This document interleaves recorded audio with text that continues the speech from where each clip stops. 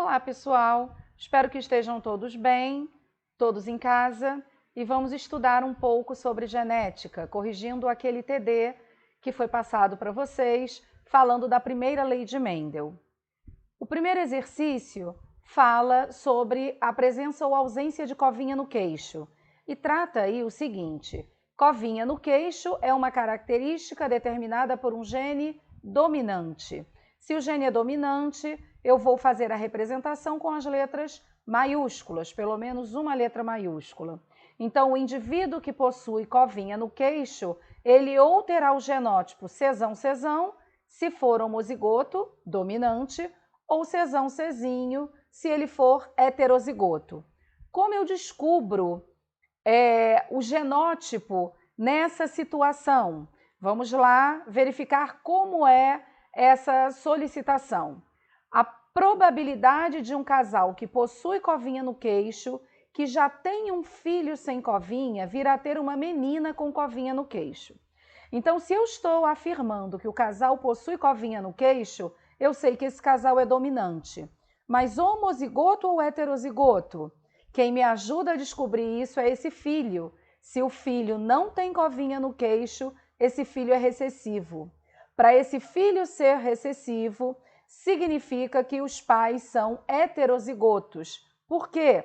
Porque aí um dos pais cedeu o gene Czinho e o outro pai também o gene Czinho, tendo então o indivíduo recessivo, Czinho. Então, o cruzamento desse casal será um cruzamento entre indivíduos heterozigotos. Fazendo lá o quadro de Punnett, a gente tem duas linhas na vertical, duas na horizontal, genótipo de um dos pais, genótipo do outro, né? Czão-Czinho, faço as combinações e aí eu tenho uma probabilidade da criança ter covinha, porque essa solicitação de 3/4. Tem aqui, ó, Czão-Czinho, Czão-Czão, Czão-Czinho. Então, 3 possibilidades dentre 4, 3/4 é a probabilidade da criança nascer com covinha. Mas não é só isso que eu estou pedindo. Também estou pedindo que esse filho, né, esse descendente, seja do sexo feminino. Então, eu tenho uma outra probabilidade a pesquisar. Probabilidade de nascer uma menina. Essa probabilidade é de 50%, ou meio.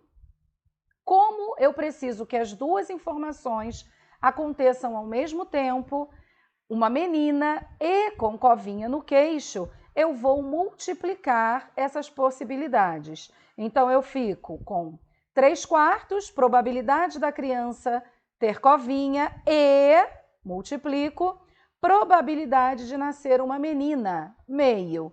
Fazendo a multiplicação, eu tenho a resposta final, 3/8. Essa é a resposta da questão 1, pessoal. Espero que tenham compreendido. Vamos lá, meninos, agora o exercício 2.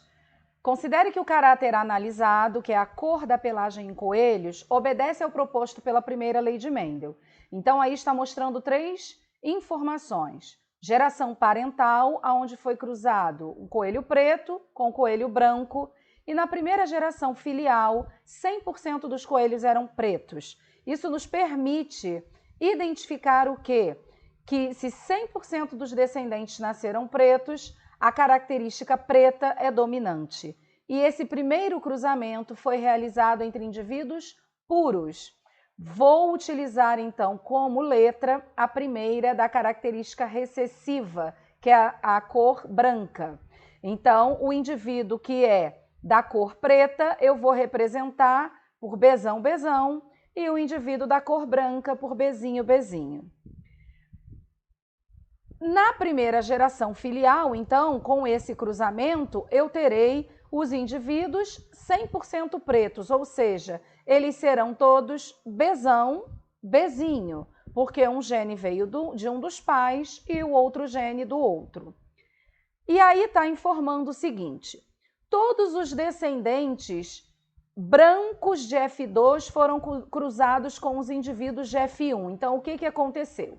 Esses indivíduos de F1, que foram 100% pretos, heterozigotos, ou seja, Bzão, Bzinho, como está representando aqui, foram cruzados entre si.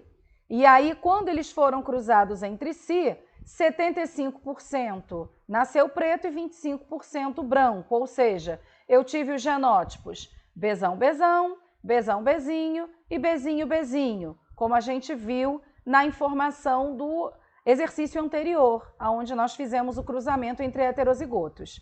Só que aqui eu já estou fazendo um outro cruzamento.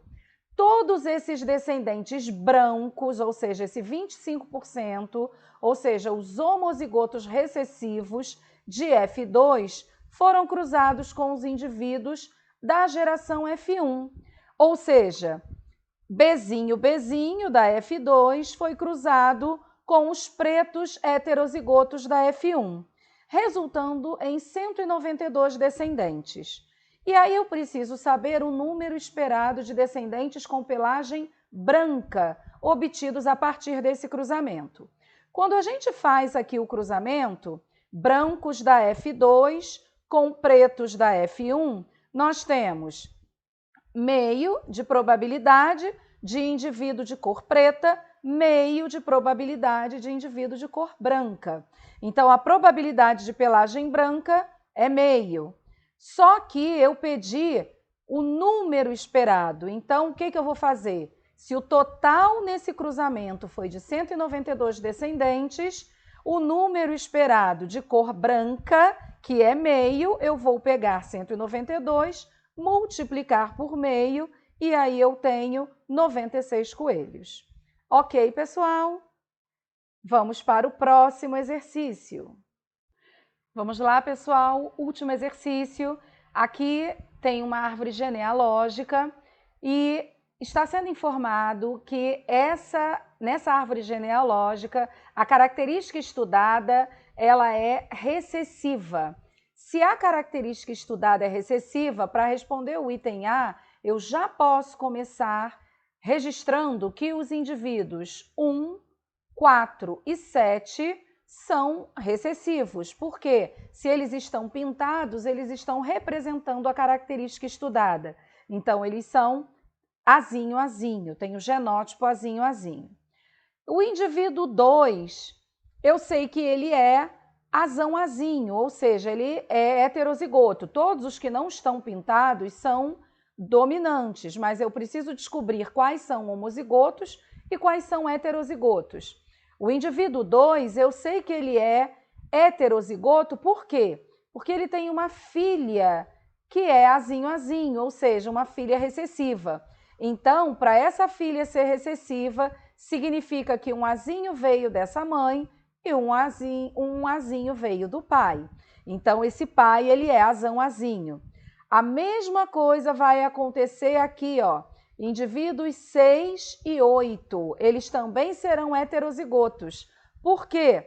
Porque se eles não possuem a característica, mas têm uma mãe recessiva, eles têm um gene azão do pai e um gene azinho da mãe. O indivíduo 9 também é heterozigoto, pelo mesmo motivo que a gente viu aqui nesse casal anterior.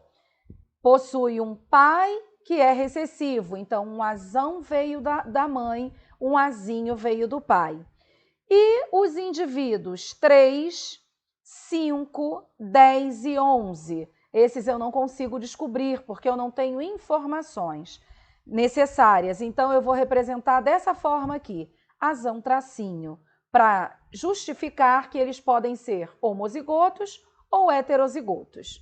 Na letra B, probabilidade do indivíduo 11 ser heterozigoto.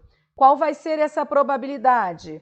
Primeiro, eu já sei que o casal 8 e 9 é heterozigoto. Se o casal 8 e 9 é heterozigoto, vou fazer o quadro de Punnett e aí vou identificar que a probabilidade desse 11 ser heterozigoto está aqui, ó, 2/4, que eu preciso simplificar, e aí eu tenho meio.